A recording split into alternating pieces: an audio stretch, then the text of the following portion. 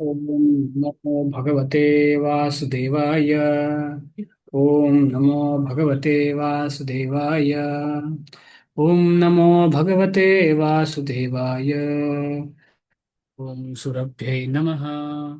ओम सुरभ्यै नमः। ओम सुरभ्यै नमः। लोकं करोति वाचालं पङ्गुं लङ्घयति गिरिं यत्कृपातमहं वन्दे श्रीगुरुं दीनतारिणं श्रीचैतन्यमीश्वरं परमानन्दमाधवम्। नमो विष्णुपादाय कृष्णपृष्ठाय भूतलेशं सेवायां सदा वितात्मने वादो प्रभुपादार्थवर्णाश्रमकृतं विष्णुपादाय कृष्णपृष्ठाय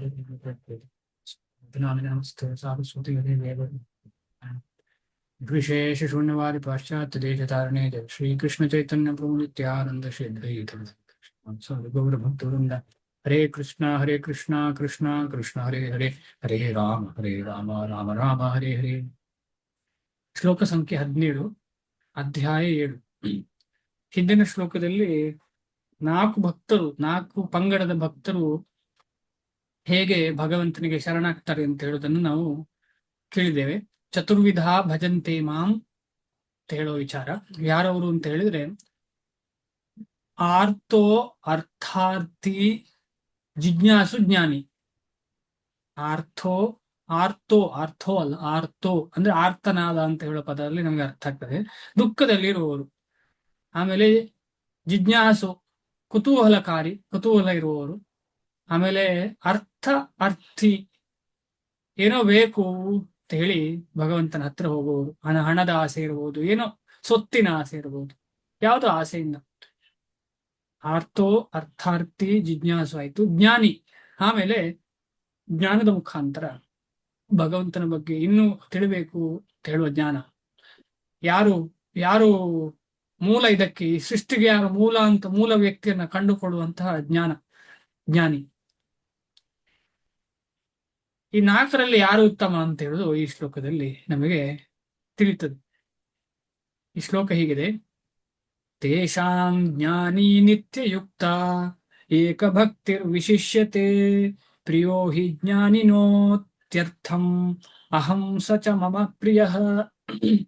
ತೇಷಾಂ ಜ್ಞಾನಿ ನಿತ್ಯಯುಕ್ತ. ತೇಷಾಂ ಅಂದ್ರೆ ಈಗ ಹೇಳಿದ 4 ಜನರಲ್ಲಿ ಯಾವ್ದು 4 ಅಂತ ನಿಮಗೆ ಗೊತ್ತಾಗಿದೆ.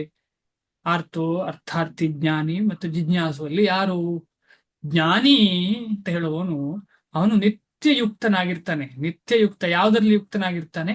ಭಗವಂತನ ಭಕ್ತಿಯಲ್ಲಿ. ಯಾವ ರೀತಿಯ ಭಕ್ತಿಯಲ್ಲಿ? ಏಕಭಕ್ತಿ. ತುಂಬಾ ಇಂಪಾರ್ಟೆಂಟ್ ಶ್ಲೋಕ ಇದು. ಯಾಕೆ ಇಂಪಾರ್ಟೆಂಟ್ ಅಂತ ಹೇಳಿದ್ರೆ, ಇನ್ಕ್ಲೂಸಿವ್ ಅಲ್ಲ, ಎಕ್ಸ್ಕ್ಲೂಸಿವ್ಲಿ ಕೃಷ್ಣನ ಸೇವೆ ಮಾತ್ರ ಅಂತ ಹೇಳೋ ವಿಚಾರ ಇಲ್ಲಿ ನಮಗೆ ಅರ್ಥ ಆಗ್ತದೆ. ಅಂದ್ರೆ ಅದರಲ್ಲೇ ಎಲ್ಲ ಬಂತು, ಅದರಲ್ಲೇ ಎಲ್ಲ ಇನ್ಕ್ಲೂಡ್ ಆಯ್ತು ಅಂತ ಅರ್ಥ. ನಾವು ಮಾಡುವಾಗ ಎಲ್ಲ ಇನ್ಕ್ಲೂಡ್ ಮಾಡುವ ಅಗತ್ಯ ಇಲ್ಲ. ನೇರ ಕೃಷ್ಣನ ಭಕ್ತಿ ಮಾಡ್ಬೇಕು ಅಂತ ಕೃಷ್ಣನೇ ಇಲ್ಲಿ ಡಿಮಾಂಡ್ ಮಾಡ್ತಾ ಇದ್ದಾರೆ. ಯಾರಿಗೆ? ಎಲ್ಲರಿಗೂ. ಯಾಕಂದ್ರೆ ಅಂತಹ ಜ್ಞಾನಿ ನನಗೆ ಪ್ರಿಯ ಅಂತ ಹೇಳ್ತಿದ್ದಾರೆ. ಬೇರೆಯವರು ಪ್ರಿಯ ಇಲ್ಲ ಅಂತ ಅಲ್ಲ, ಅಂತಹ ಜ್ಞಾನಿಗಳು ಜಾಸ್ತಿ ಪ್ರಿಯ. ಯಾಕೆ ಅಂತ ಹೇಳಿ ಈ ಅನುವಾದ ಮತ್ತು ಭಾವಾರ್ಥ ಓದುವಾಗ ನಮಗೆ ಅರ್ಥ ಆಗತ್ತೆ. ಪ್ರಿಯೋ ಹಿ ಜ್ಞಾನಿನೋತ್ಯರ್ಥಂ. ಪ್ರಿಯ, ಬಹಳ ಪ್ರಿಯನು. ಹಿ, ಖಂಡಿತವಾಗಿಯೂ. ಜ್ಞಾನಿನಃ, ಜ್ಞಾನಿಗೆ. ಅರ್ಥಂ, ಅತ್ಯಂತ. ಅಹಂ, ನಾನು ಆಗಿದ್ದೇನೆ. ಸಹ, ಅವನು. ಚ, ಕೂಡ. ಮಮ, ನನಗೆ. ಪ್ರಿಯ, ಪ್ರೀತಿ ಪಾತ್ರನು. ಅಂತ ಜ್ಞಾನಿಗೆ ಭಗವಂತ ತುಂಬಾ ಪ್ರೀತಿ. ಆಮೇಲೆ ಭಗವಂತನಿಗೆ ಕೂಡ ಅಂತ ಜ್ಞಾನಿ ಪ್ರೀತಿ. ಈ ಜ್ಞಾನಿ ಯಾರು ಅಂತ ನನ್ನ ಪ್ರಶ್ನೆ ಈಗ ಹೋಗೋಕ್ಕಿಂತ ಮುಂಚೆ. ಈ ಜ್ಞಾನಿ ಯಾರು?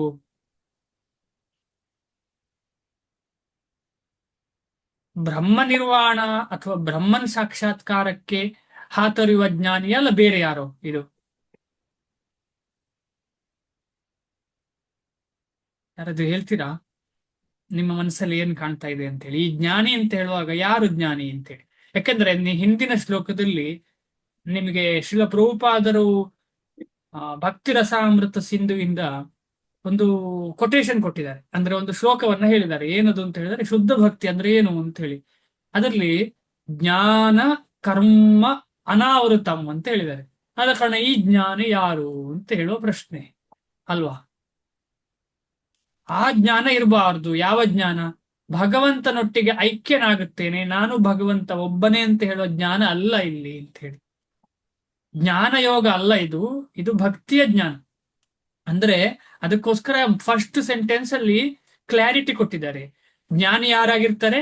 ಭಗವಂತನ ಸೇವೆಯಲ್ಲಿ ನಿತ್ಯಯುಕ್ತನಾಗಿರ್ತಾನೆ. ಅದಲ್ಲದೆ ಒನ್ ಪಾಯಿಂಟೆಡ್ ಫೋಕಸ್ ಇಂದ ಭಕ್ತಿ ಮಾಡ್ತಿರ್ತಾನೆ, ಭಗವಂತನ ಸೇವೆ ಮಾಡ್ತಿರ್ತಾನೆ. ಬೇರೆ ಯಾರದ್ದು ಇಲ್ಲ. ಯಾರದ್ದು ಇಲ್ಲ ಅಂತ ಹೇಳಿದ್ರೆ ಭಗವಂತನಿಗೆ ಸಂಬಂಧಪಟ್ಟು ಎಲ್ಲರದ್ದು ಇರಬಹುದು, ಆದರೆ ಭಗವಂತನನ್ನ ಬಿಟ್ಟು ಬೇರೆ ಯಾರ ಸೇವೆ ಸಹ ಇಲ್ಲ. ಭಗವಂತನನ್ನು ಹೊರತುಪಡಿಸಿ ಏನು ಮಾಡುವುದಿಲ್ಲ, ಎಲ್ಲ ಭಗವಂತನ ಸೇವೆಯೇ. ನಿತ್ಯಯುಕ್ತ. ನಿತ್ಯಯುಕ್ತ ಅಂತ ಹೇಳಿದ್ರೆ ಯಾವತ್ತು ಭಗವಂತನೊಟ್ಟಿಗೆ ಜೋಡಿಸಿ ಇಟ್ಟಿರ್ತಾನೆ ಅವನು. ಬೇರೆ ಅವನನ್ನು ಭಗವಂತನಿಂದ ಹೊರತಾಗಿ ಏನಿಲ್ಲ, ಅವನದ್ದು ಜೀವನವೇ ಇಲ್ಲ. ಅಂತಹ ಜ್ಞಾನಿ. ಅಷ್ಟು ಇಂಪಾರ್ಟೆಂಟ್ ಇದು. ಇಲ್ಲ ಅಂತ ಹೇಳಿದ್ರೆ ಕನ್ಫ್ಯೂಷನ್. ಅಲ್ಲಿ ನೋಡಿ, ಜ್ಞಾನಿ ಅಂತ ಹೇಳಿದ್ರೆ ಕನ್ಫ್ಯೂಷನ್ ಆಗಿ ಏನೇನೋ ಆಗತ್ತೆ. ಈ ಜ್ಞಾನಿ ಅಂತ ಹೇಳಿದ್ರೆ ಉದಾಹರಣೆಗೆ ಚತುಷ್ಕುಮಾರರು ಜ್ಞಾನಿಗಳಾಗಿದ್ರು, ಆದರೆ ಅವರು ಭಗವಂತನ ಸನ್ನಿಧಾನಕ್ಕೆ ಹೋಗಿ ಭಗವಂತ ಯಾರು ಅಂತ ತಿಳ್ಕೊಳ್ಳುವಂತ ಪ್ರಯತ್ನ ಮಾಡಿದ ಕಾರಣ ಅವರು ನಿತ್ಯಯುಕ್ತ ಭಕ್ತರು. ಆದ ಕಾರಣ ನಾವು ಇದನ್ನ ಅಷ್ಟು ಚೆನ್ನಾಗಿ ಅರ್ಥ ಮಾಡ್ಕೊಂಡ್ರೆ ಮಾತ್ರ ಮುಂದೆ ಹೋಗ್ಲಿಕ್ಕೆ ಸಾಧ್ಯ. ಇಲ್ಲ ಅಂದ್ರೆ ಜ್ಞಾನ ಅಂತ ಹೇಳಿ ಭಗವಂತ ಯಾರು ತಿಳ್ಕೊಳ್ಳುವ, ನಾನು ಭಗವಂತನಿಗೆ ಸಮಾನನಾಗ್ತೇನೆ, ಆತ್ಮವು ಪರಮಾತ್ಮನು ಒಂದೇ, ಕೊನೆಗೆ ಈ ರೀತಿಯದೆಲ್ಲ ಚಿಂತನೆಗಳು ಬರ್ತದೆ. ಆತರ ಬರಬಾರದು ಅಂತ ಹೇಳಿ ಶ್ರೀಲ ಪ್ರಭುಪಾದರು ಭಾವಾರ್ಥದಲ್ಲಿ ಕೂಡ ಚೆನ್ನಾಗಿ ಹೇಳಿದ್ದಾರೆ. ಭಗವಂತ ಅವನೇ ನೇರವಾಗಿ ಹೇಳಿದ್ದಾನೆ, ಅಂತಹ ಜ್ಞಾನಿ ನನಗೆ ಇಷ್ಟ, ಯಾರು ನಿತ್ಯಯುಕ್ತನಾಗಿರ್ತಾನೆ. ಅಂದ್ರೆ ಈ ಜ್ಞಾನಿಗೆ ಭಗವಂತನ ಸೇವೆ ಬಿಟ್ರೆ ಬೇರೆ ಏನು ಆಕಾಂಕ್ಷೆ ಇಲ್ಲ ಅಂತ ಅರ್ಥ. ಹಿಂದೆ ಇರುವ 3 ಜನರಲ್ಲಿ ಏನು ಆಕಾಂಕ್ಷೆ ಇದೆ? ಅದರಲ್ಲಿ ಒಂದು ಜಿಜ್ಞಾಸು ಅಂತ ಬಂದಿದೆಯಲ್ಲ, ಅದು ಆಸೆ, ಇನ್ನೂ ತಿಳಿಬೇಕು ಎಂಬ ಆಸೆ. ಉದ್ದೇಶ ಏನು ಅಂತ ಕ್ಲಾರಿಟಿ ಇಲ್ಲ. ಇನ್ನೊಬ್ಬ ಅರ್ಥಾರ್ಥಿ, ನನಗೇನು ಬೇಕು ಅಂತ ಹೇಳಿ ಕಾಮ, ಆಸೆಯಿಂದಾಗಿ ಭಗವಂತನ ಸೇವೆ. ಇದೆಲ್ಲ ಒಳ್ಳೇದೇ, ಹೇಗಾದ್ರೂ ಮಾಡಿ ಭಗವಂತನ ಕಡೆ ಬರ್ತಿದ್ದಾರೆ, ಬೇರೆ ಎಲ್ಲೋ ಹೋಗ್ಲಿಲ್ಲ. ಆದ ಕಾರಣ ಅದು ಉತ್ತಮವೇ.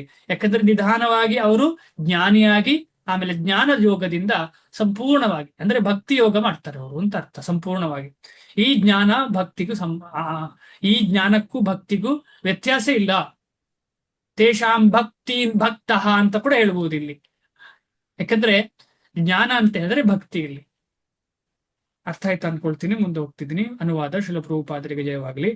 ಇವರಲ್ಲಿ ಪೂರ್ಣ ಜ್ಞಾನವಿರುವವನು ಭಗವಂತನನ್ನ ಸಂಪೂರ್ಣ ತಿಳ್ಕೊಳ್ಳಿಕ್ಕೆ ಸಾಧ್ಯ ಇಲ್ಲ. ಆದರೆ ಭಗವಂತನಿಂದಲೇ ಎಲ್ಲ ಸೃಷ್ಟಿಯಾಗಿದ್ದು, ಭಗವಂತ ಸತ್ತು ಚಿತ್ತ ಆನಂದ ವಿಗ್ರಹ ಅಂತ ತಿಳ್ಕೊಳ್ಳೋದಿದೆಯಲ್ಲ, ಅದು ಪೂರ್ಣ ಜ್ಞಾನ. ಸತ್ತು ಚಿತ್ತ ಆನಂದ ವಿಗ್ರಹ ಭಗವಂತ ಅಂತ ಹೇಳಿ. ಒಂದೇ ನಿಮಿಷ. ಎಸ್, ಅದಿಲ್ಲದಿದ್ರೆ ಅದು ಪೂರ್ಣ ಜ್ಞಾನ ಅಂತ ಅನ್ಸ್ಕೊಳ್ಳುವುದಿಲ್ಲ. ಮತ್ತು ಸದಾ ಶುದ್ಧ ಭಕ್ತಿ ಸೇವೆಯಲ್ಲಿ ಅಂದ್ರೆ ಭಕ್ತಿ ಸೇವೆಯಲ್ಲಿ ಅಶುದ್ಧ ಭಕ್ತಿ ಸೇವೆ ಅಂತ ಇದೆ ಅಂತ ಆಯ್ತಲ್ವಾ. ಅಶುದ್ಧ ಅಂತ ಅಲ್ಲ, ಮಿಕ್ಸ್ಡ್ ಅಂತ, ಯಾವ್ದ್ರ ಜೊತೆಗೆ ಏನೋ ಮಿಕ್ಸ್ ಆಗಿರ್ತದೆ. ಈಗ ನಾವೆಲ್ಲ ಏನ್ ಮಾಡ್ತೇವೆ? ನಾವೆಲ್ಲ ಯಾವ ರೀತಿಯ ಭಕ್ತಿ ಮಾಡ್ತಾ ಇದ್ದೇವೆ? ಯಾರಾದ್ರೂ ಹೇಳ್ತೀರಾ? ನಾವು ಯಾವ ರೀತಿಯ ಭಕ್ತಿ ಮಾಡ್ತಿದ್ದೇವೆ? ಹೆಚ್ಚಿನವರು ಯಾರು ಹೇಳ್ತೀರಿ? ಟ್ರೈ ಮಾಡಿ. ಫಲ ಬೇಕು, ಫಲ ಮಿಶ್ರಿತ ಭಕ್ತಿ. ಅದಕ್ಕೆ ಇನ್ನೊಂದು ಹೆಸರು ಸಕಾಮ ಕರ್ಮ. ಹೇಳುದು ತಪ್ಪಲ್ಲ. ಫಲ ಭಗವಂತನ ಸೇವೆಯೇ ಫಲ ಅಂತ ಹೇಳಿದ್ರೆ ತೊಂದರೆ ಇಲ್ಲ. ಸಕಾಮ ಕರ್ಮ, ಮಿಶ್ರ ಭಕ್ತಿ. ಅದೇ ಯಾವ ಮಿಶ್ರ ಆಗಿದೆ ಅಂತ? ಸಾತ್ವಿಕ, ರಾಜಸಿಕ, ತಾಮಸಿಕ. ಇಲ್ಲ, ನಾವು ಮಾಡೋ ಭಕ್ತಿಯಲ್ಲಿ ಏನು ಮಿಶ್ರ ಆಗಿದೆ? ಮಾಯ ಖಂಡಿತ ಇದೆ, ಅದಿಲ್ಲ ಅಂತ ಹೇಳುದಿಲ್ಲ ನಾನು. ಕರ್ಮ ಮಿಶ್ರ ಭಕ್ತಿ ಅಂತ ಹೇಳ್ತಾರೆ. ನಾವೆಲ್ಲ ಮೋಸ್ಟ್ಲಿ ಕರ್ಮ ಮಿಶ್ರ ಭಕ್ತರು. ಜ್ಞಾನ ಮಿಶ್ರ ಭಕ್ತರು ಕೂಡ ಇರ್ತಾರೆ, ಆದ್ರೆ ನಾವೆಲ್ಲ ಮೋಸ್ಟ್ಲಿ ಕರ್ಮ ಮಿಶ್ರ ಭಕ್ತರು. ನಾವೆಲ್ಲ ಪ್ರಯತ್ನ ಪಡುವವರು.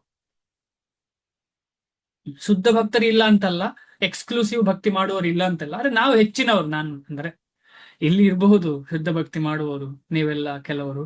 ಆದ್ರೆ ಸರಿಸಾಮಾನ್ಯವಾಗಿ ನಾವೆಲ್ಲ ಆಫೀಸಿಗೆ ಹೋಗಿ ಕೆಲಸ ಮಾಡುವವರೆಲ್ಲ ಇದ್ದೇವಲ್ಲ, ಹೆಚ್ಚಿನವರು ನಾವೆಲ್ಲ ಕರ್ಮ ಮಿಶ್ರ ಭಕ್ತಿ ಮಾಡುವವರು, ಶುದ್ಧ ಭಕ್ತಿ ಅಲ್ಲ. ಆದ ಕಾರಣ ಈ ಶುದ್ಧ ಭಕ್ತಿಗೆ ಹೋಗುದಷ್ಟು ಸುಲಭ ವಿಚಾರ ಅಲ್ಲ. ಆದ್ರೆ ನಿರಂತರ ಪ್ರಯತ್ನ ಬೇಕು. ಸದಾ ಶುದ್ಧ ಭಕ್ತಿ ಸೇವೆಯಲ್ಲಿ ನಿರತನಾಗಿರುವವನು ಶ್ರೇಷ್ಠನು. ಅವನಿಗೆ ನಾನು ಬಹಳ ಪ್ರಿಯನಾದವನು ಮತ್ತು ಅವನು ನನಗೆ ಪ್ರಿಯನಾದವನು, ನನಗೆ ಅವನು ಪ್ರಿಯನಾದವನು. ಜಯ ಶ್ರೀ ಪ್ರಭುಪಾದ. ಭಾವಾರ್ಥ: ದುಃಖದಲ್ಲಿರುವವರು, ಕುತೂಹಲಿಗಳು, ಹಣವಿಲ್ಲದವರು ಮತ್ತು ಪರಮ ಜ್ಞಾನವನ್ನು ಅನ್ವೇಷಿಸುವವರು ಎಲ್ಲರೂ ಐಹಿಕ ಅಪೇಕ್ಷೆಗಳ ಎಲ್ಲ ಕಶ್ಮಲದಿಂದ ದೂರವಾಗಿ ಪರಿಶುದ್ಧ ಭಕ್ತರಾಗಲು ಸಾಧ್ಯ. ನೋಡಿ, ಇಲ್ಲಿ ಜ್ಞಾನ ಅಂತ ಹೇಳಿದ್ರೆ ಪರಮ ಜ್ಞಾನ ಅಂತ ಕ್ಲಿಯರ್ ಆಗಿದೆ. ಇಲ್ಲಿ ಆ ಯೋಗ, ಜ್ಞಾನ ಯೋಗದ ಯೋಗ ಅಲ್ಲ, ಅದು ಇಲ್ಲಿ ಬರುವುದೇ ಇಲ್ಲ. ಅವರು ಭಕ್ತರೇ ಅಲ್ಲ. ಜ್ಞಾನ ಯೋಗದಲ್ಲಿ ಬರುವವರು, ಕರ್ಮ ಯೋಗದಲ್ಲಿ ಬರುವವರು ಭಕ್ತರು ಅಂತ ಅನ್ನಿಸಿಕೊಳ್ಳುವುದಿಲ್ಲ. ಯಾಕಂದ್ರೆ ಅವರ ಉದ್ದೇಶ ಭಗವಂತನ ಸಾಕ್ಷಾತ್ಕಾರ ಅಲ್ಲ. ಅದ ಕಾರಣ ಈ ಕ್ಯಾಟಗರಿಯಲ್ಲಿ ಅವರು ಬರುವುದೇ ಇಲ್ಲ. ದುಃಖದಲ್ಲಿರುವವರು, ಕುತೂಹಲಿಗಳು, ಹಣವಿಲ್ಲದವರು ಮತ್ತು ಪರಮಜ್ಞಾನವನ್ನು ಅನ್ವೇಷಿಸುವವರು ಎಲ್ಲರೂ ಐಹಿಕ ಅಪೇಕ್ಷೆಗಳ ಎಲ್ಲ ಕಶ್ಮಲದಿಂದ ದೂರವಾಗಿ ಪರಿಶುದ್ಧ ಭಕ್ತರಾಗಲು ಸಾಧ್ಯ.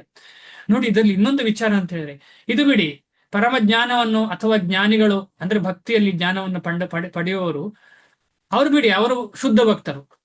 ಈ ಮೂರು ಜನರು ಕೂಡ, ದುಃಖದಲ್ಲಿರುವವರು, ಕುತೂಹಲಿಗಳು ಮತ್ತು ಹಣವಿಲ್ಲದವರು ಕೂಡ, ಇವರು ಮೂರು ಕೂಡ ಯಾರಿಂದ ಮೇಲು ಅಂತ ಅನ್ನಿಸ್ತಾ ಇಲ್ಲ ನಮಗೆ.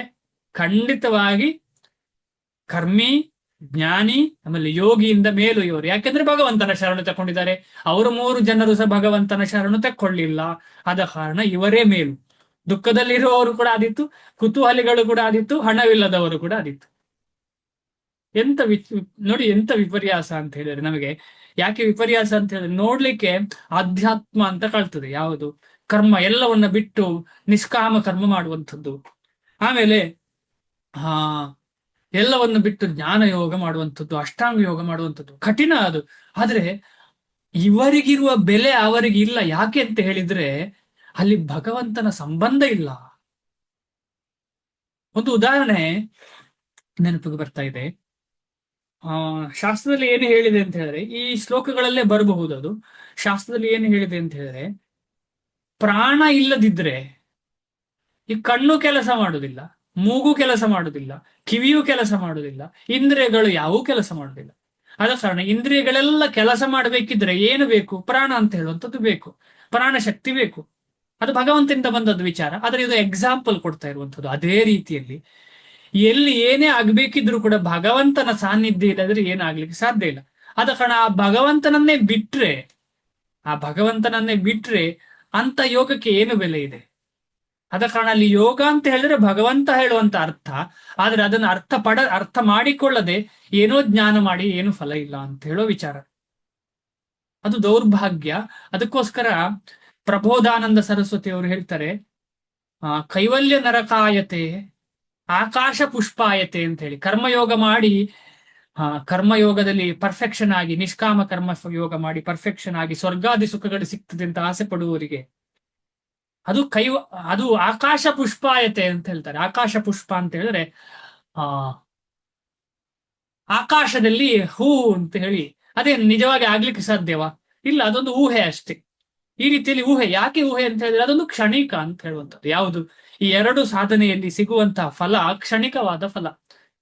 ಆದ್ರೆ ದುಃಖದಲ್ಲಿರುವವರು, ಕುತೂಹಲಿಗಳು, ಹಣವಿಲ್ಲದವರು ಸಕಾಮದಿಂದ, ಕಾಮನೆಯಿಂದ ಭಗವಂತನ ಸೇವೆ ಮಾಡ್ತಾರೆ ಕೂಡ, ಅಲ್ಲಿ ಸೇವೆ ಶುದ್ಧವಾದ್ದು. ಆದ ಕಾರಣ ಆ ಶುದ್ಧವಾದ ಸೇವೆಯು ಅವರನ್ನು ಶುದ್ಧೀಕರಿಸಿ ಅವರು ಉತ್ತಮ ಭಕ್ತರನ್ನಾಗಿ ಅದು ಮಾಡುತ್ತದೆ. ಯಾವುದು? ಸೇವೆಯೇ. ಇದು ನಿನ್ನೆ ಕೂಡ ಚರ್ಚೆ ಮಾಡಿದ್ದೇವೆ ನಾವು. ತುಳಸಿಗೆ ಪ್ರದಕ್ಷಿಣೆ ಯಾರು ಆಕಾಂಕ್ಷೆಯಿಂದ ಮಾಡ್ತಾರೆ ಅಂದ್ರೆ ನಿಧಾನವಾಗಿ ಆ ತುಳಸಿ ಮಹಾರಾಣಿ ಭಗವಂತ ಅವರಿಗೆ ಸಹಾಯ ಮಾಡಿ ಉನ್ನತ ಭಕ್ತಿ, ಆ ರೀತಿಯಲ್ಲಿ ಅವರಿಗೆ ಸುಕೃತಿ ಸಿಕ್ಕಿ ಅವರು ಉತ್ತಮ ಭಕ್ತಿಯ ಸ್ತರಕ್ಕೆ ಏರ್ತಾರೆ ಅಂತ ಹೇಳಿ ನಾವು ನಿನ್ನೆ ಚರ್ಚೆ ಮಾಡ್ತೇವೆ. ಆದರೆ ಅಂದ್ರೆ ನಮ್ಮದೆಲ್ಲ ತುಂಬಾ ಶ್ರೀಲ ಪ್ರಭುಪಾದರ ಅನುಯಾಯಿಗಳಾಗಿ ಅವರ ಬೋಧನೆಗಳನ್ನ ನಮ್ಮ ಜೀವನದಲ್ಲಿ ನಾವು ಅಳವಡಿಸಿಕೊಳ್ಳಿಕ್ಕೆ ಪ್ರಯತ್ನ ಪಡುವರಾದ ಕಾರಣ ನಮಗೆಲ್ಲ ಎಷ್ಟು ರೆಸ್ಪಾನ್ಸಿಬಿಲಿಟಿ ಇದೆ ಅಂತ ಹೇಳಿದ್ರೆ, ಈ ವಿಚಾರವನ್ನ ನಾವು ಎಲ್ರಿಗೂ ಹರಡಿಸುವಂಥದ್ದು ಅಷ್ಟು ರೆಸ್ಪಾನ್ಸಿಬಿಲಿಟಿ ನಮಗೆ. ಎಲ್ಲೆಲ್ಲಿ ಪ್ರಯತ್ನ ಮಾಡೋದು ನಮ್ಮ ಕೆಲಸ ಅಷ್ಟೇ. ರಿಸಲ್ಟ್ ಎಕ್ಸ್ಪೆಕ್ಟ್ ಮಾಡ್ಲಿಕ್ಕಿಲ್ಲ, ಪ್ರಯತ್ನ ಮಾಡೋದು ತುಂಬಾ ಇಂಪಾರ್ಟೆಂಟ್. ಆದರೆ ಮುಂದೆ ಹೋಗ್ತಾ ಇದ್ದೇನೆ. ಅವರಲ್ಲಿ ಪರಮೋನ್ನತ ಸತ್ಯದ ಜ್ಞಾನವುಳ್ಳವನು ಮತ್ತು ಎಲ್ಲ ಐಹಿಕ ಅಪೇಕ್ಷೆಗಳಿಂದ ಮುಕ್ತನಾದವನು. ಐಹಿಕ ಅಪೇಕ್ಷೆ ಅಂತ ಹೇಳಿದ್ದಾರೆ, ಅಪೇಕ್ಷೆಗಳಿಂದ ಮುಕ್ತ ಅಂತ ಹೇಳಿಲ್ಲ. ಐಹಿಕ ಅಂದ್ರೆ ಭೌತಿಕವಾದ ಯಾವ ಅಪೇಕ್ಷೆ ಇಲ್ಲ ಅವನಿಗೆ. ಹಾ, ತುಂಬಾ ಇಂಪಾರ್ಟೆಂಟ್. ನಾವು ಏನೇನೋ ಬಿಡ್ಬೋದು, ಯಾವ್ದು ಬಿಡ್ಲಿಕ್ಕೆ ಆಗುದಿಲ್ಲ ಅಂತ ಹೇಳಿದ್ರೆ, ಯಾವ್ದು ಬಿಡ್ಲಿಕ್ಕೆ ಆಗುದಿಲ್ಲ ಯಾರಾದ್ರೂ ಹೇಳ್ತೀರಾ? ಇದೆ. ಯಾವ್ದನ್ನ? ಐಹಿಕ ಅಪೇಕ್ಷೆಯನ್ನ. ಅಷ್ಟು ಸುಲಭ ಅಲ್ಲ ಬಿಡುವಂಥದ್ದು. ಅದಕ್ಕೋಸ್ಕರ ಭಗವಂತನಲ್ಲಿ ಯಾವತ್ತೂ ಕೇಳ್ಬೇಕು ನಾವು, ಭಗವಂತ ನನಗೆ ಈ ಕಾಮನೆಗಳನ್ನ, ಅಥವಾ ಅದಕ್ಕೇನ್ ಹೇಳ್ತಾರೆ, ವಾಸನೆ ಅಂತ ಹೇಳ್ತಾರಲ್ಲ, ವಾಸನ ಅಂದ್ರೆ ಪುನಃ ಸಾಯೋದ್ರ ಬಗ್ಗೆ ಭಯ ಅಲ್ಲ ನಮಗೆ ಬೇಕಾದ್ದು, ಪುನಃ ಬರುವ ಜನ್ಮದ ಬಗ್ಗೆ ಭಯ ಬೇಕು. ಸಾಯೋದ್ರ ಬಗ್ಗೆ ಹೇಗೂ ಜನ್ಮ ಆಗಿದೆ, ಸತ್ತೇ ಸಾಯ್ತೇವೆ ನಾವು. ನೆಕ್ಸ್ಟ್ ಜನ್ಮ ಉಂಟಲ್ಲ ಅಂತ ಹೇಳಿ ನಮಗೆ ಭಯ ಇರಬೇಕು ಅಂತ ಕೆಲವು ಆಚಾರ್ಯರು ಹೇಳ್ತಾರೆ. ಯಾಕೆ ಅಂತ ಹೇಳಿದ್ರೆ ನಮ್ಗೆ ಗೊತ್ತಿಲ್ಲ ಏನು ನೆಕ್ಸ್ಟ್ ಜನ್ಮ ಅಂತ ಹೇಳಿ. ಆದ ಕಾರಣ ಆ ಭಯದಿಂದ ನಾವು ಆದ್ರೂ ಸೀರಿಯಸ್ ಆಗ್ಬೇಕು. ಭಯ ಬೇಕು, ಭಯ ಬೇಡ ಅಂತಲ್ಲ. ಭಗವಂತನ ಭಕ್ತರಿಗೆ ಭಯ ಹೇಗಿರ್ಬೇಕು ಅಂತ ಹೇಳಿದ್ರೆ, ಭಗವಂತನ ಸೇವೆ ಮಾಡಿದ್ರೆ ಪುನಃ ಇಂತಹ ಸಂಕಷ್ಟ ಸಿಗ್ತದಲ್ಲ, ಅದು ತಪ್ಪೇನಿಲ್ಲ. ಯಾಕೆಂತ ಹೇಳಿದ್ರೆ ನಾವು ಆ ಶುದ್ಧ ಭಕ್ತ ಸ್ತರದಲ್ಲಿ ಇಲ್ಲದ ಕಾರಣ ಈ ರೀತಿ ಯೋಚನೆ ಮಾಡಿ ಶುದ್ಧ ಭಕ್ತಿಗೆ ಹೋಗುದ್ರಲ್ಲಿ ಏನು ತಪ್ಪಿಲ್ಲ. ಯಾಕೆಂದ್ರೆ ಸ್ವಲ್ಪ ಭಯ ಬೇಕಲ್ಲ. ಯಾಕೆ ಶಾಲೆಗೆ ಹೋಗುವಾಗ ಸ್ಕೂಲಲ್ಲಿ ಮಕ್ಕಳಿಗೆ ಏನೂ ಭಯ ಇಲ್ಲ ಅಂತ ಹೇಳಿದ್ರೆ, ಅಧ್ಯಾಪಕರದ್ದು, ಟೀಚರ್ಸ್ ಇದು ಏನೂ ಭಯ ಇಲ್ಲ ಅಂತ ಹೇಳಿದ್ರೆ, ಅದೊಂದು ರೀತಿಯ ರಿಸ್ಕ್ ಇನ್ಸ್ಟಿಟ್ಯೂಷನ್ ಆಗ್ತದೆ ಅದು. ಈಗ ಎಲ್ಲರಿಗೂ ಗೊತ್ತಿದೆ ನಮಗೆ, ಮಕ್ಕಳಿಗೆ ಅಪ್ಪ ಅಮ್ಮನ ಭಯ ಇಲ್ಲ, ಟೀಚರ್ಸ್ ಭಯ ಇಲ್ಲದಿದ್ರೆ ಹೇಗೆ ಆಗ್ತದೆ ಅಂತ ಹೇಳಿ ನಮಗೆಲ್ಲ ಗೊತ್ತು. ಅದ ಕಾರಣ ಆ ಒಂದು ಎಜುಕೇಶನ್ ಸಿಸ್ಟಮ್ ಅಲ್ಲಿ ಅಷ್ಟು ಏಜ್ ಪಂಚವರ್ಷಾಣಿ ತಾಡಯೇತ್ ಅಂತ ಹೇಳ್ತಾರಲ್ಲ, ಒಂದು 5ನೇ ಕ್ಲಾಸ್ 6ನೇ ಕ್ಲಾಸಿನಂತಹ ಕ್ಲಾಸಲ್ಲೆಲ್ಲ ಸ್ವಲ್ಪ ಭಯ ಮಕ್ಕಳಿಗೆ ಬೇಕು. ಅದೇ ರೀತಿಯಲ್ಲಿ ನಾವೆಲ್ಲ ಭಕ್ತಿಯಲ್ಲಿ 1ನೇ ಕ್ಲಾಸ 2ನೇ ಕ್ಲಾಸ ಗೊತ್ತಿಲ್ಲ ಎಲ್ಲಿ ಸ್ತರದಲ್ಲಿದ್ದೇವೆ. ನಮಗೂ ಅಷ್ಟೇ ಭಗವಂತ ಭಕ್ತರ ಅದೇ ರೀತಿಯಲ್ಲಿ ಅಪರಾಧದ ಅದೇ ರೀತಿಯಲ್ಲಿ ನೆಕ್ಸ್ಟ್ ಜನ್ಮ ಏನಾಗ್ತದೆ ಅಂತ ಹೇಳೋ ಭಯ ಇರೋದು ತುಂಬಾ ಇಂಪಾರ್ಟೆಂಟ್. ಆ ಭಯದಿಂದ ನಾವು ಭಕ್ತಿ ಮಾಡ್ತೇವೆ. ಆ ಭಯ ನಮಗೆ ಸಹಾಯಕ. ಅದು ಭಯ ಅನುಕೂಲವಾದ ಭಯ. ಆದ ಕಾರಣ ಭಕ್ತಿಗೆ ಅನುಕೂಲ ಆ ಭಯ, ನಮಗೆ ಬೇಕಾ ಆ ಭಯ. ಇಲ್ಲಾಂದ್ರೆ ಏನಾಗ್ತದೆ, ಏನು ಪರವಾಗಿಲ್ಲ, ಭಗವಂತ ನಾನು ಈಗಾಗಲೇ ಜಪ ಮಾಡ್ತಿದ್ದೇನಲ್ಲ, ಏನ್ ತಪ್ಪು ಮಾಡಿದ್ರು ಭಗವಂತ ರಕ್ಷಿಸ್ತಾನೆ ಅಂತ ಹೇಳುವ ಮೊಂಡು ಬುದ್ಧಿ ಶುರು ಆಗ್ತದೆ. ತುಂಬಾ ಡೇಂಜರ್ ಅದು. ಈ 4 ವರ್ಗಗಳಲ್ಲಿ ಅದು ಅದು ಅಪರಾಧ ಕೂಡ. ಭಗವಂತನ ನಾಮವನ್ನ ನಾವು ಆ ರೀತಿಯಲ್ಲಿ ಉಪಯೋಗಿಸಬಾರದು ಅಂತ ಹೇಳಿ, ಭಗವಂತನ ನಾಮವನ್ನ ನಮ್ಮ ಮಟೀರಿಯಲ್ ಬೆನಿಫಿಟ್ಗೂ ಉಪಯೋಗಿಸಲೇಬಾರದು ಅಂತ ಇದೆ. ಆದ್ರೆ ತೊಂದರೆ ಇಲ್ಲ, ಫಸ್ಟ್ ಸ್ಟೆಪ್ ಅಲ್ಲಿ ಅದು ಉಂಟು ಅಂತ ಇಟ್ಟುಕೊಳ್ಳೋಣ. ಆದ್ರೆ ನಾವೆಲ್ಲ ಇಷ್ಟು ಭಗವಂತನ ಭಕ್ತರಾದ ಶ್ರೀಲ ಪ್ರಭುಪಾದರ ಪುಸ್ತಕಗಳನ್ನ ಇಷ್ಟು ಚೆನ್ನಾಗಿ ಅರ್ಥ ಮಾಡ್ಲಿಕ್ಕೆ ಪ್ರಯತ್ನ ನಾವೆಲ್ಲ ಸೇರಿ ಮಾಡ್ತಿದ್ದೇವೆ. ಆದ ಕಾರಣ ನಾವು ಶುದ್ಧ ಭಕ್ತಿಯ ಸ್ತರದಲ್ಲಿ ಯೋಚನೆ ಮಾಡುದು ಉತ್ತಮ. ಮಿಕ್ಕ 3 ಸ್ತರ ಯಾವುದದು, ಅರ್ಥಾರ್ಥಿ ಜಿಜ್ಞಾಸು ಸ್ತರದಲ್ಲಿ ನಾವು ಚಿಂತನೆ ಮಾಡೋದನ್ನ ಬಿಟ್ಟು ಸ್ವಲ್ಪ ಮುಂದೆ ಹೋಗುದು ಉತ್ತಮ. ಈ 4 ವರ್ಗಗಳಲ್ಲಿ ಸಂಪೂರ್ಣ ಜ್ಞಾನವುಳ್ಳವನು ಮತ್ತು ಅದೇ ಕಾಲದಲ್ಲಿ ಭಕ್ತಿ ಸೇವೆಯಲ್ಲಿ ನಿರತನಾದವನು ಅತ್ಯಂತ ಶ್ರೇಷ್ಠನಾದವನು ಎಂದು ಭಗವಂತನು ಹೇಳುತ್ತಾನೆ. ಜ್ಞಾನ ಅನ್ವೇಷಣೆಯಲ್ಲಿ ಮನುಷ್ಯನಿಗೆ ತಾನು ತನ್ನ ಐಹಿಕ ದೇಹದಿಂದ ಬೇರೆ ಎನ್ನುವುದು ಅರ್ಥವಾಗುತ್ತದೆ. ಇನ್ನು ಮುಂದಕ್ಕೆ ಸಾಗಿದಾಗ ಅವನಿಗೆ ನಿರಾಕಾರ ಬ್ರಹ್ಮನ ಮತ್ತು ಪರಮಾತ್ಮನ ಅರಿವು ಉಂಟಾಗುತ್ತದೆ. ಇದು ಸಾಂಖ್ಯಯೋಗ ಮತ್ತು ಜ್ಞಾನಯೋಗ ಆಯ್ತು. ಇಲ್ಲಿ ಸಂಪೂರ್ಣವಾಗಿ ಪರಿಶುದ್ಧನಾದಾಗ ಭಗವಂತನ ನಿರಂತರ ಸೇವಕನಾಗಿರುವುದೇ ತನ್ನ ಸಹಜ ಸ್ವರೂಪ ಎನ್ನುವ ಜ್ಞಾನವನ್ನು ಅವನು ಪಡೆಯುತ್ತಾನೆ. ಈ ಜ್ಞಾನವೇ ಭಕ್ತಿ. ಇಲ್ಲಿಯವರೆಗೆ ದೊಡ್ಡ ವಿಚಾರ ಅಲ್ಲ, ಇಲ್ಲಿಯವರೆಗೆ ದೊಡ್ಡ ವಿಚಾರ. ಆದ್ರೆ ಸಂಪೂರ್ಣವಾಗಿ ಪರಿಶುದ್ಧನಾದಾಗ ಭಗವಂತನ ನಿರಂತರ ಸೇವಕನಾಗಿರುವುದೇ ತನ್ನ ಸಹಜ ಸ್ವರೂಪ ಎನ್ನುವ ಜ್ಞಾನವನ್ನು ಅವನು ಪಡೆಯುತ್ತಾನೆ. ಇದು ಒಂದೊಂದ್ಸಲ ನಮಗೆ ಅನ್ನಿಸುದಿಲ್ವಾ, ಹೌದಾ ಇದು ಸತ್ಯವಾ, ಸುಮ್ಮನೆ ಫೋರ್ಸ್ ಮಾಡ್ತಾ ಇರುವುದು ಅಂತ ಅನ್ನಿಸ್ತಾ ಇಲ್ವಾ? ಯಾರಿಗಾರು ಅನ್ನಿಸ್ತಾ ಇದೆಯಾ? ಆತ್ಮ ಭಗವಂತನ ದಾಸ ಅಂತ ಹೇಳಿ ಫೋರ್ಸ್ ಮಾಡುದಾ ಅಂತ ಹೇಳ್ತಾರೆ. ಅದಕ್ಕೆ ಬ್ರೈನ್ ವಾಶ್ ಎಂತ ಹೇಳ್ತಾರೆ, ಬ್ರೈನ್ ವಾಶ್ ಮಾಡುದು ಅಂತ ಅನ್ನಿಸ್ತಾ ಇದೆಯಾ ಯಾರಿಗಾದ್ರೂ? ಹೇಳುದು ಪುನಃ ಪುನಃ ಪುನಃ ಹೇಳುದು, ನೀವು ಭಗವಂತನ ಅಂಗ, ಆಮೇಲೆ ನಿರಂತರ ನಿಮ್ಮ ಸೇವಕ ನೀವು, ಹಾಗನ್ನಿಸ್ತಾ ಇದೆ ಯಾರಿಗಾದ್ರೂ? ನಾರಾಯಣ ಪ್ರಭುಗಳೇ.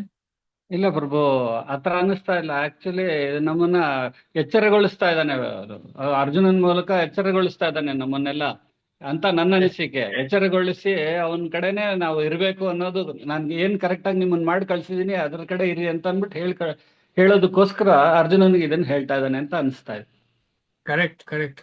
ನೋಡಿ, ಈಗ ಭಗವಂತನಿಗೆ ಆಸೆ ಇದ್ರೆ, ಆ ಭಗವಂತ ಯಾರೋ ಹೇಳಿಲ್ಲ ನೀವು ಸೃಷ್ಟಿ ಮಾಡಿ ಅಂತ ಹೇಳಿ, ಭಗವಂತನದ್ದೇ ಆಸೆಯಿಂದ ಮಾಡಿದ್ದು.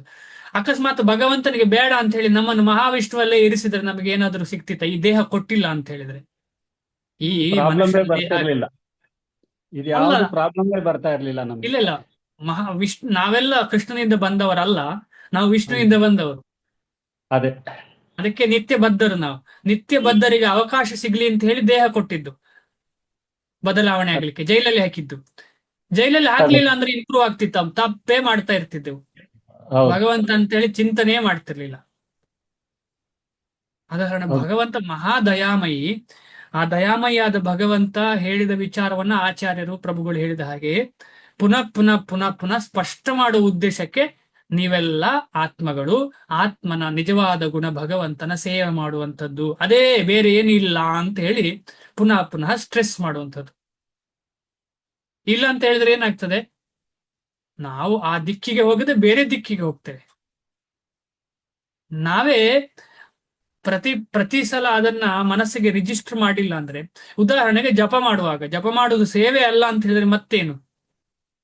ಹರೇ ಕೃಷ್ಣ ಮಹಾಮಂತ್ರ ಮಾಡುವುದು ಭಗವಂತನ ಸೇವೆ ಅಲ್ಲ ಅಂದ್ರೆ ಮತ್ತೇನಾಗ್ತದೆ? ಯಾರಾದ್ರೂ ಹೇಳ್ತೀರಾ? ಹರೇ ಕೃಷ್ಣ ಮಹಾಮಂತ್ರ ಮಾಡುವುದು ಭಗವಂತನ ಸೇವೆ ಅಲ್ಲದಿದ್ರೆ ಏನಾಗಬಹುದು?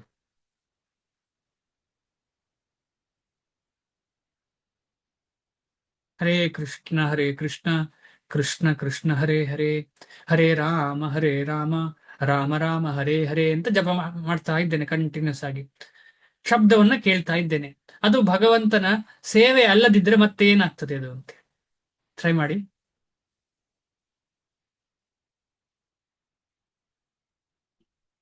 ಬರೀ ದೈಹಿಕ ಶೋಷಣೆ ಆಗುತ್ತೆ ಅಷ್ಟೇ.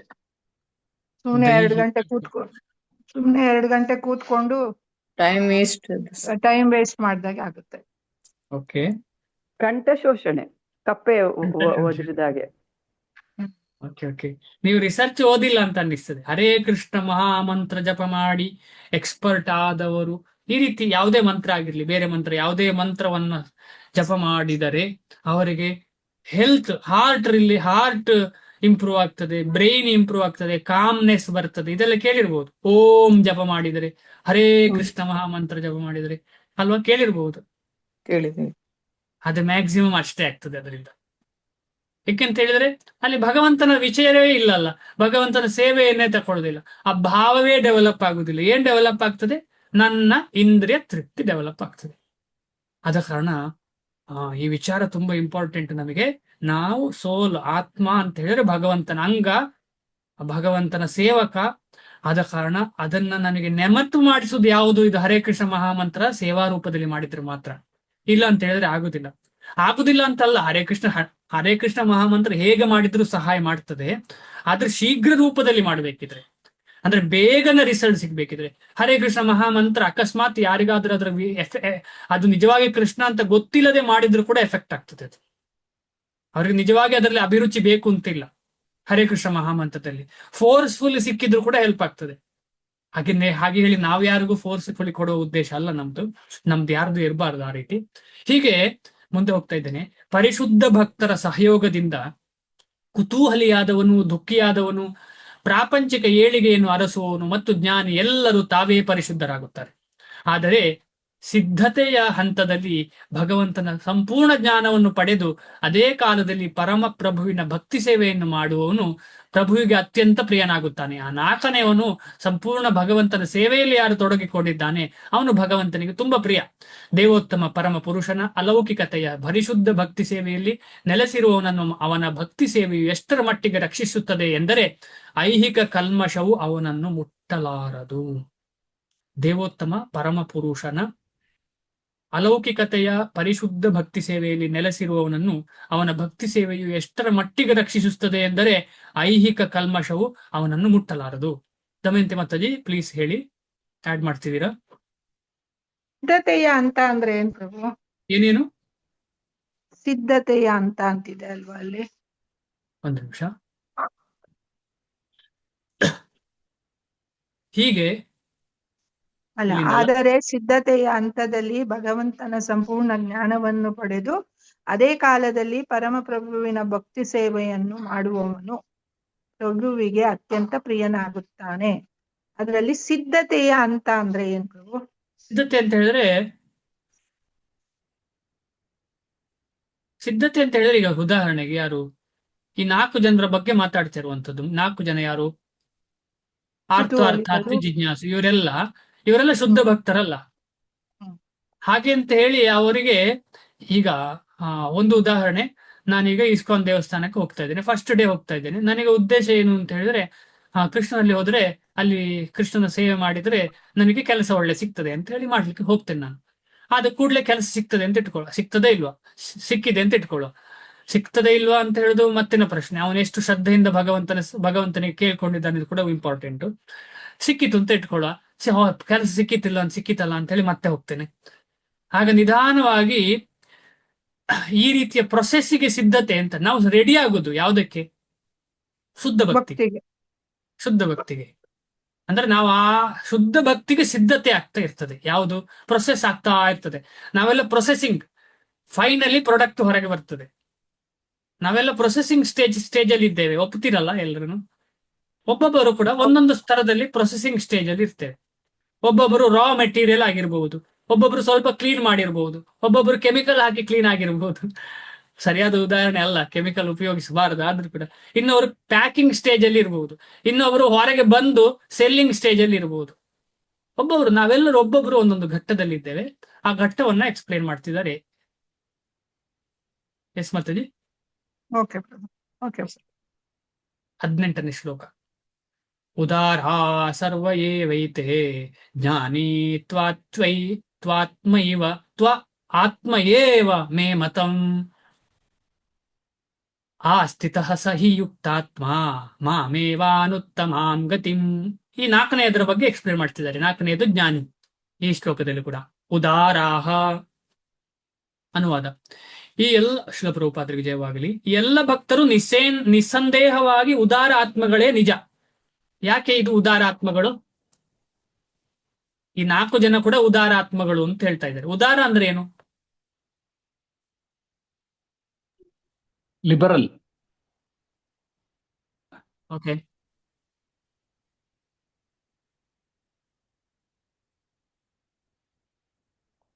ಭಗವಂತನನ್ನು ಅವರು ಒಪ್ಕೊಳ್ಳುವರು, ಅದಕ್ಕೋಸ್ಕರ ಉದಾರಿ. ಓ, ಪರ್ಫೆಕ್ಟ್. ಭಗವಂತನ ಮೊರೆ ಹೋದವರು ಆದ ಕಾರಣ ಉದಾರಿಗಳು, ಭಗವಂತನನ್ನ ಒಪ್ಪಿಕೊಂಡವರು ಆದ ಕಾರಣ ಉದಾರಿಗಳು. ಅಂದರೆ ಬೇರೆ ಯಾರು ಉದಾರಿಗಳಲ್ಲ ಅಂತ ಅರ್ಥ.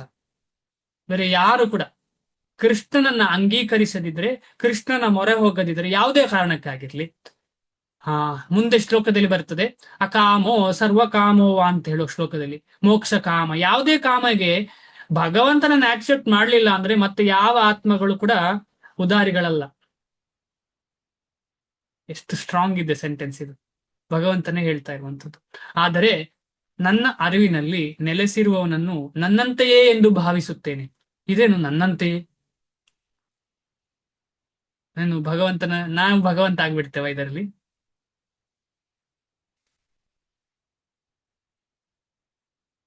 ಅದೇ ಭಗವಂತನ ಪ್ರೀತಿ. ಅಂದ್ರೆ ಪ್ರಭು ಅವ್ರು ಬಂದವ್ರನ್ನ ನನ್ನವನು ಅಂತ ಸ್ವೀಕರಿಸ್ತಾರೆ. ಈಗ ನಾವು ಹೇಗೆ ನಮ್ಮನ್ನ ನಮ್ಮ ಮನೆಗೆ ಯಾರಾದ್ರೂ ಬಂದ್ರೆ ಡಿಪೆಂಡ್. ನೆಂಟ್ರೆಲ್ಲ ನಮ್ಮವರೇ ಅಂತ ತಿಳ್ಕೊಳ್ತೇವಲ್ಲ, ಅದೇ ರೀತಿ ಅಲ್ವಾ ಮಾತಾಜಿ?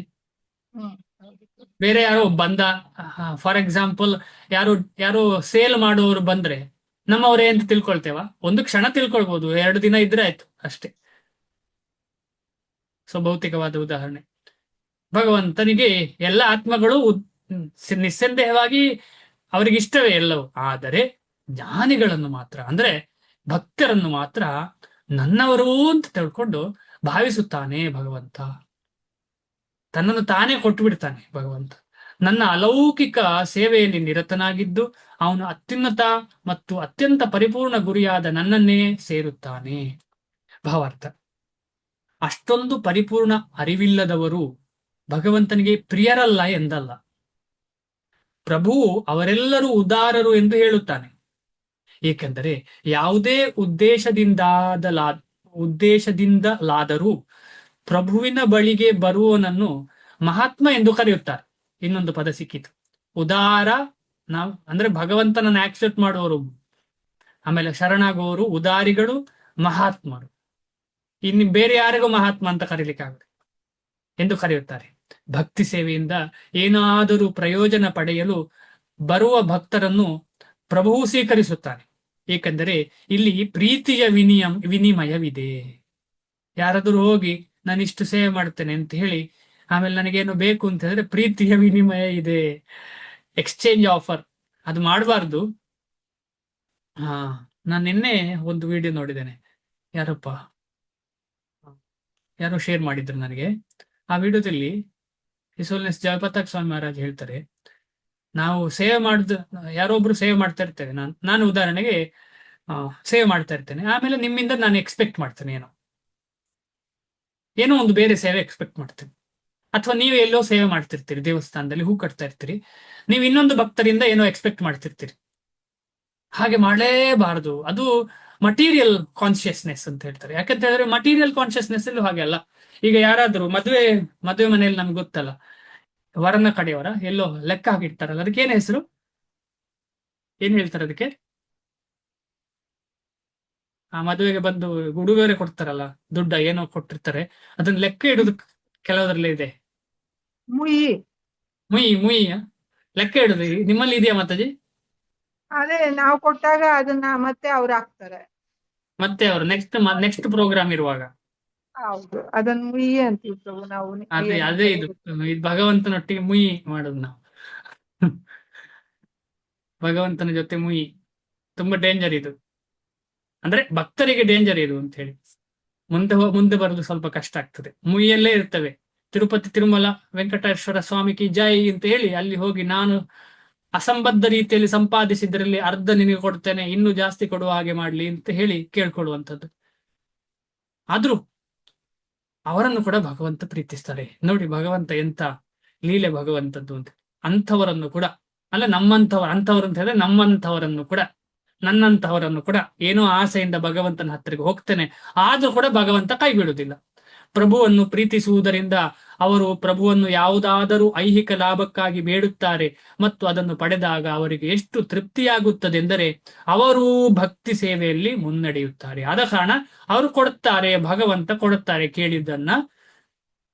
ಯಾಕೆ? ತೃಪ್ತಿ ಆದ್ರೆ ಇನ್ನೂ ಭಕ್ತಿ ಮಾಡ್ತಾರೆ. ಆದರೆ ಪರಿಪೂರ್ಣ ಜ್ಞಾನದಲ್ಲಿರುವ ಭಕ್ತನು ಭಗವಂತನಿಗೆ ಬಹಳ ಪ್ರಿಯನಾದವನು.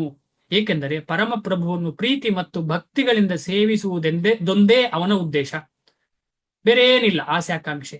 ಇಂತಹ ಭಕ್ತನು ಪರಮ ಪ್ರಭುವಿನೊಡನೆ ಸಂಪರ್ಕವನ್ನು ಪಡೆಯದೆ ಅಥವಾ ಅವನನ್ನು ಸೇವಿಸದೆ ಒಂದು ಕ್ಷಣವೂ ಬದುಕಿಲ್ಲರಾದ.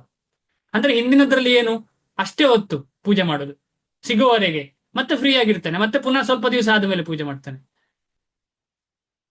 ಈಗ ತಿರುಪತಿಗೆ ಹೋಗಿ ಹಣ ಹಾಕಿ ವಾಪಸ್ ಬಂದವರು ಆ ಕಾನ್ಶಿಯಸ್ ಅಲ್ಲೇ ಇರ್ತಾರ, ಬಾಲಾಜಿ ಕಾನ್ಶಿಯಸ್ನೆಸ್ ಅಲ್ಲಿ ಇರ್ತಾರ ಗೊತ್ತಿಲ್ಲ. ಕೆಲವರು ಇರಬಹುದು, ಕಮ್ಮಿ. ಅವರು ವರ್ಕ್ ಕಾನ್ಶಿಯಸ್ನೆಸ್ ಅಲ್ಲೇ ಇರುವುದು ಜಾಸ್ತಿ. ಬಾಲಾಜಿ ಕಾನ್ಶಿಯಸ್ನೆಸ್ ಅಲ್ಲಿ ಯಾರು ಇರ್ತಾರೆ ಗೊತ್ತಿಲ್ಲ. ನಾವೆಲ್ಲ ಬಾಲಾಜಿ ಕಾನ್ಶಿಯಸ್ನೆಸ್ ಅಲ್ಲಿ ಇರ್ಲಿಕ್ಕೆ ಪ್ರಯತ್ನ ಪಡುವವರು ಅಲ್ವಾ, ಕೃಷ್ಣನ ಕಾನ್ಶಿಯಸ್ನೆಸ್ ಅಲ್ಲಿ ಇರ್ಲಿಕ್ಕೆ ಪ್ರಯತ್ನ ಪಡುವುದು. ಇಂತಹ ಭಕ್ತನು ಪರಮ ಪ್ರಭುವಿನೊಡನೆ ಸಂಪರ್ಕವನ್ನು ಪಡೆಯದೆ ಅಥವಾ ಅವನನ್ನು ಸೇವಿಸದೆ ಒಂದು ಕ್ಷಣವೂ ಬದುಕಿರಲಾರ. ನಾವು ಈ ಹಂತಕ್ಕೆ ತಲುಪಬೇಕು, ನಾವೆಲ್ಲ ಪ್ರಯತ್ನ ಪಡ್ತಾ ಇದ್ದೇವೆ. ಇದೇ ರೀತಿಯಲ್ಲಿ ಪರಮ ಪ್ರಭುವಿಗೂ ಭಕ್ತನಲ್ಲಿ ಅತಿಶಯವಾದ ಪ್ರೀತಿ. ಭಗವಂತನು ಅಂತಹ ಭಕ್ತರನ್ನು ಬಿಟ್ಟಿರಲಾರ. ಶ್ರೀಮದ್ ಭಾಗವತದಲ್ಲಿ 9:4-68 ಭಗವಂತನು ಹೀಗೆ ಹೇಳುತ್ತಾನೆ. ಅದ್ಭುತವಾದ ಶ್ಲೋಕ ಇದು. ಸಾಧವೋ ಹೃದಯಂ ಮಹ್ಯಂ ಸಾಧೂನಾಂ ಹೃದಯಂ ತ್ವಹಂ ಮದನ್ಯತ್ತೇನ ಜಾನಂತಿ ನಾಹಂ ತೇಭ್ಯೋ ಮನಾಗಪಿ. ಎಂತ ಅದ್ಭುತವಾಗಿದೆ ಅಂದ್ರೆ ಭಗವಂತ ಮತ್ತು ಭಕ್ತರ ಒಂದು ಸಂಗಮ, ಭಗವಂತ ಮತ್ತು ಭಕ್ತರ ಒಂದು ರಿಲೇಶನ್ಶಿಪ್ ಎಷ್ಟು ಚೆನ್ನಾಗಿದೆ ಅಂತ ಹೇಳಿ. ದದಾತಿ ಪ್ರತಿಗೃಹ್ಣಾತಿ ಗುಹ್ಯಂ ಆಖ್ಯಾತಿ ಪೃಚ್ಛತಿ ಭುಂಕ್ತೆ ಭೋಜಯತೆ ಚೈವ ಷಡ್ವಿಧಂ ಪ್ರೀತಿ ಲಕ್ಷಣಂ. ಇದು ಭಕ್ತರ ನಡುವೆ, ಭಗವಂತ ಮತ್ತು ಭಕ್ತರ ನಡುವೆ ಈ ಪ್ರೀತಿ ಲಕ್ಷಣ ಇರ್ತದೆ. ಯಾರು ಹೇಳ್ತಾರೆ? ರೂಪ ಗೋಸ್ವಾಮಿಯವರು ಉಪದೇಶ ಅಮೃತದಲ್ಲಿ ಹೇಳ್ತಾರೆ, 4ನೇ ಶ್ಲೋಕ. ದದಾತಿ, 4ನೇದು ಅನ್ಕೊಳ್ತೀನಿ, ದದಾತಿ ಕೊಡುದು, ಪ್ರತಿಗೃಹ್ಣಾತಿ ತಗೊಳ್ಳುದು, ದದಾತಿ ಪ್ರತಿಗೃಹ್ಣಾತಿ ಗುಹ್ಯಮಾಖ್ಯಾತಿ ಪೃಚ್ಛತಿ ಸೀಕ್ರೆಟ್ ಹೇಳುದು, ಸೀಕ್ರೆಟ್ ಕೇಳುದು, ಭುಂಕ್ತೆ ಭೋಜಯತೆ ಕೊಡುದು, ಆಹಾರವನ್ನ ಸ್ವೀಕರಿಸುವುದು, ಪ್ರಸಾದವನ್ನು. ಅದೇ ರೀತಿಯಲ್ಲಿ ಸಾಧವೋ ಹೃದಯಂ ಮಹ್ಯಂ, ಸಾಧುಗಳ ಹೃದಯ ನನ್ನದು ಅಂತ ಹೇಳ್ತಿದ್ದಾರೆ ಭಗವಂತ. ಸಾಧುಗಳ ಹೃದಯ ಬೆಣ್ಣೆಯ ರೀತಿಯಲ್ಲಿ ಆಗಿ ಆ ಬೆಣ್ಣೆಯಾದ ಹೃದಯವನ್ನು ನಾನು ಕದಿತೇನೆ, ಕದ್ದು ಅದೇ ನನ್ನ ಹೃದಯ ಆಗಿಬಿಡ್ತದೆ. ಸಾಧೂನಾಂ ಹೃದಯಂ ತ್ವಹಂ. ಇದು ಮರ್ಜಿಂಗ್ ಫಿಲಾಸಫಿ ಅಲ್ಲ, ಜ್ಞಾನಿಗಳು ಐಕ್ಯವಾಗೋ ಫಿಲಾಸಫಿ ಅಲ್ಲ, ಇದು ಪ್ರೀತಿಯ ಫಿಲಾಸಫಿ. ನಾನು ನೀನು ಒಂದೇ ಅಂತ ಹೇಳಿದ ತಕ್ಷಣ ಇಲ್ಲಿ ಮರ್ಜ್ ಆಗೋ ವಿಚಾರ ಇಲ್ಲ, ಇಲ್ಲಿ ಕನ್ಫ್ಯೂಷನ್ ಆಗಬಾರ್ದು. ಮಹ್ಯಂ ಅಂದ್ರೆ ನನ್ನದು ಅಂತ ಹೇಳುದು. ನಾನು ನೀನು ಒಂದಾಗುದು ಅಂತ ಹೇಳಿದ್ರೆ ಇಲ್ಲಿ ಆತ್ಮವು ಪರಮಾತ್ಮವು ಒಂದು ಅಂತ ಹೇಳುದು ವಿಚಾರ ಏನು? ಭಾವದಲ್ಲಿ. ಸಾಧವೋ ಹೃದಯಂ ಮಹ್ಯಂ ಸಾಧೂನಾಂ ಹೃದಯಂ ತ್ವಹಂ ಮದನ್ಯತ್ತೇನ ಜಾನಂತಿ ನಾಹಂ ತೇಭ್ಯೋ ಮನಾಗಪಿ. ನಾವೆಲ್ಲ ಐಕ್ಯವಾಗಿದ್ದೇವೆ ಇಲ್ಲಿ ಅಲ್ವಾ ಈಗ ಇವತ್ತು? ಹೌದಾ ಅಲ್ವಾ? ಹರೇ ಕೃಷ್ಣ. ಯಾರು ಹೇಳ್ತಿಲ್ಲ? ನಾವೆಲ್ಲ ಐಕ್ಯವಾಗಿದ್ದೇವಾ ಇಲ್ವಾ?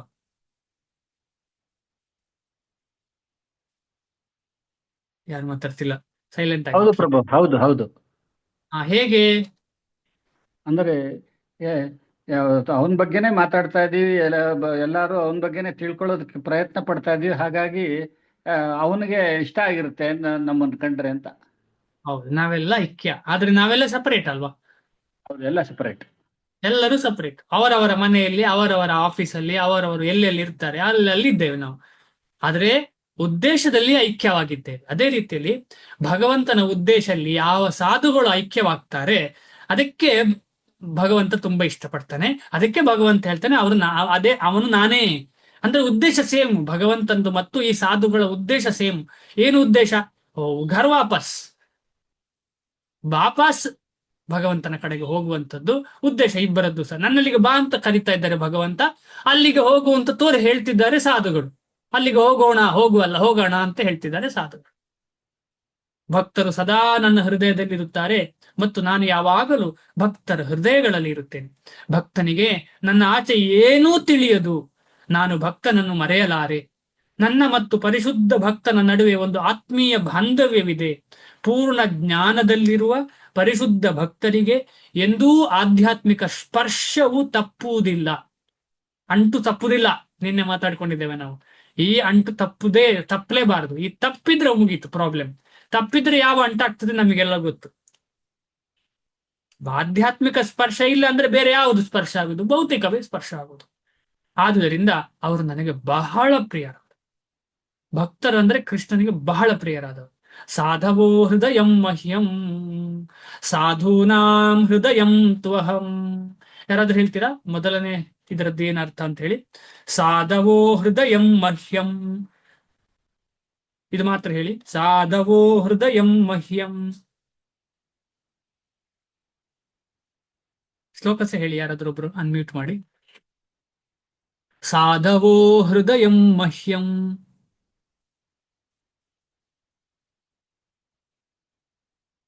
ಎಕ್ಸಾಕ್ಟ್ ಉತ್ತರ ಬೇಕಾಗಿಲ್ಲ, ನಮಗೆ ಏನು ಅರ್ಥ ಆಗಿದೆ ಅದರ ಬಗ್ಗೆ ಚಿಂತನೆ ಅಷ್ಟೇ. ಆ ಫ್ರೀಡಮ್ ಶಿಲಾ ಪ್ರಭುಪಾದರು ಕೊಟ್ಟಿದ್ದಾರೆ ನಮಗೆ. ನಿಮ್ಮ ರೀತಿಯಲ್ಲಿ ಅರ್ಥ ಮಾಡ್ಕೊಳ್ಬಹುದು ಅಂತ ಹೇಳಿ, ಏನ್ ತೊಂದರೆ ಇಲ್ಲ. ಅದು ನೆಕ್ಸ್ಟ್ ನಮ್ಮದು ಪರ್ಫೆಕ್ಟ್ ಅರ್ಥ ಆಗ್ಲಿಲ್ಲ, ನಾವು ಅನ್ಕೊಂಡದ್ದು ಪರ್ಫೆಕ್ಟ್ ಅಲ್ಲ ಅಂತ ಹೇಳಿದ್ರೆ ಮುಂದೆ ಹೋಗ್ತಾ ಇನ್ನೊಬ್ರು ಯಾರೋ ವೈಷ್ಣವರು ಕರೆಕ್ಟ್ ಅರ್ಥ ಆದವರು ಹೇಳುವಾಗ ಇನ್ನೂ ಅರ್ಥ ಆಗ್ತದೆ. ಹಾಗೆ ಹೇಳಿ ನಾವು ತಪ್ಪು ಹೇಳಿದ್ದೇವೆ ಅಂತ ಅಲ್ಲ, ಇನ್ನು ಇಂಪ್ರೂವೈಸೇಷನ್ ಆಗುತ್ತೆ. ಅದ ಕಾರಣ ನಾವೆಲ್ಲ ಪ್ರಯತ್ನ ಪಡಬೇಕು. ಸಾಧವೋ ಹೃದಯಂ ಮಹ್ಯಂ, ನನ್ನ ಹೃದಯವು ಸಾಧುಗಳ ಹೃದಯ. ಸಾಧೂನಾಂ ಹೃದಯಂ ತು ಅಹಂ, ಸಾಧುಗಳ ಹೃದಯ ನನ್ನ ಹೃದಯ. ಕೇಳಿಕೆ ಎರಡು ಸೇಮ್. ಮದನ್ಯತ್ತೇನ ಜಾನಂತಿ, ನನ್ನನ್ನು ಬಿಟ್ರೆ ಅವರಿಗೆ ಬೇರೆ ಏನು ಗೊತ್ತಿಲ್ಲ. ಅಂದ್ರೆ ಇಲ್ಲಿ ಏನ್ ಹೇಳಿದ್ದಾರೆ ಅಂದ್ರೆ ಶಿಲಪ್ರಭುಪಾದರು ಏನ್ ಹೇಳಿದ್ದಾರೆ? ಭಕ್ತಿಯ ಮದ್ ಅನ್ಯತ್ ಅಂದ್ರೆ ನನ್ನನ್ನು ಬಿಟ್ರೆ ನನ್ನ ಆಚೆ ಏನು ಗೊತ್ತಿಲ್ಲ ಭಗವಂತ. ನ ಜಾನಂತಿ ನಾಹಂ ತೇಭ್ಯೋ ಮನಾಗಪಿ. ಆಮೇಲೆ ನ ಅಹಂ ತೇಭ್ಯೋ ಮನಾಗಪಿ, ನನಗೂ ಅಷ್ಟೇ ಭಕ್ತರನ್ನು ಬಿಟ್ರೆ ಏನು ಗೊತ್ತಿಲ್ಲ ಅಂತ ಭಗವಂತ ಹೇಳ್ತಾರೆ. ಅದ್ಭುತ ಅಲ್ವಾ? ಎಷ್ಟು ಅದ್ಭುತ. ಈ ಶ್ಲೋಕ ನಾಳೆ ನೋಡೋಣ, ಸ್ವಲ್ಪ ದೊಡ್ಡದಿದೆ ಈ ಶ್ಲೋಕ. ಇದೇ ರೀತಿಯ ಶ್ಲೋಕ ಹಿಂದೆ ನೋಡಿದ್ದೇವೆ, ಯಾರಿಗಾದ್ರೂ ಗೊತ್ತಾ? 19ನೇ ಶ್ಲೋಕದ ತರವೇ ಹಿಂದೆ ನಾವು ನೋಡಿದ್ದೇವೆ ಒಂದು ಇದೇ ರೀತಿಯ ಶ್ಲೋಕ. ಯಾರಿಗಾದ್ರೂ ನೆನಪಿದೆಯಾ?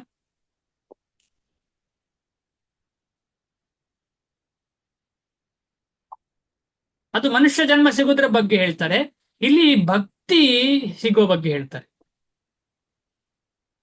ಅಲ್ಲಿ ಏನ್ ಹೇಳ್ತಾರೆ ಆ ಶ್ಲೋಕದಲ್ಲಿ, ಮನುಷ್ಯ ಜನ್ಮ ದುರ್ಲಭ, ಇಲ್ಲಿ ಭಕ್ತಿ ದುರ್ಲಭ, ಭಕ್ತಿ ಸಿಕ್ಕುವ ಮಹಾತ್ಮರು ದುರ್ಲಭ ಅಂತ ಹೇಳ್ತಾರೆ. ಅಂತ ಮಹಾತ್ಮರು, ಮನುಷ್ಯರು ತುಂಬಾ ಇರ್ತಾರೆ, ಅಂತ ಮಹಾತ್ಮರು ದುರ್ಲಭ ಅಂತ ಹೇಳ್ತಾರೆ. ಆ ಶ್ಲೋಕ ಏನು ಅಂತ ಹೇಳಿದ್ರೆ, ಮನುಷ್ಯಾಣಾಂ ಸಹಸ್ರೇಷು ಕಶ್ಚಿದ್ ಯತತಿ ಸಿದ್ಧಯೇ ಯತತಾನಪಿ ಸಿದ್ಧಾನಾಂ ಕಶ್ಚಿನ್ಮಾಂ ವೇತ್ತಿ ತತ್ವತಃ. ನನ್ನನ್ನು ತತ್ವತಃ ಅರ್ಥ ಮಾಡುವವರು ಭಾರಿ ಅಪರೂಪ ಅಂತ ಹೇಳ್ತಿದ್ದಾರೆ. ಇಲ್ಲಿ ಅರ್ಥ ಮಾಡೋದು ಮಾತ್ರ ಅಲ್ಲ, ಸೇವೆ ಮಾಡುವವರು ಭಾರಿ ಅಪರೂಪ ಅಂತ ಹೇಳ್ತಾರೆ. ಕಷ್ಟ ಅಂತ ಭಗವಂತ ಸರ್ವಂ ಅಂತ ಹೇಳುವವರು ಕಷ್ಟ. ಇದ್ರ ಬಗ್ಗೆ ನಾಳೆ ಚರ್ಚೆ ಮಾಡೋಣ. ಏನಾದ್ರೂ ಪ್ರಶ್ನೆ ಇದ್ರೆ ಒಂದು 10 ನಿಮಿಷ ಡಿಸ್ಕಷನ್ ಮಾಡೋಣ. ಏನಾದ್ರೂ ನಾನು ತಪ್ಪು ಹೇಳಿದ್ರೆ ದಯವಿಟ್ಟು ಹೇಳಿ.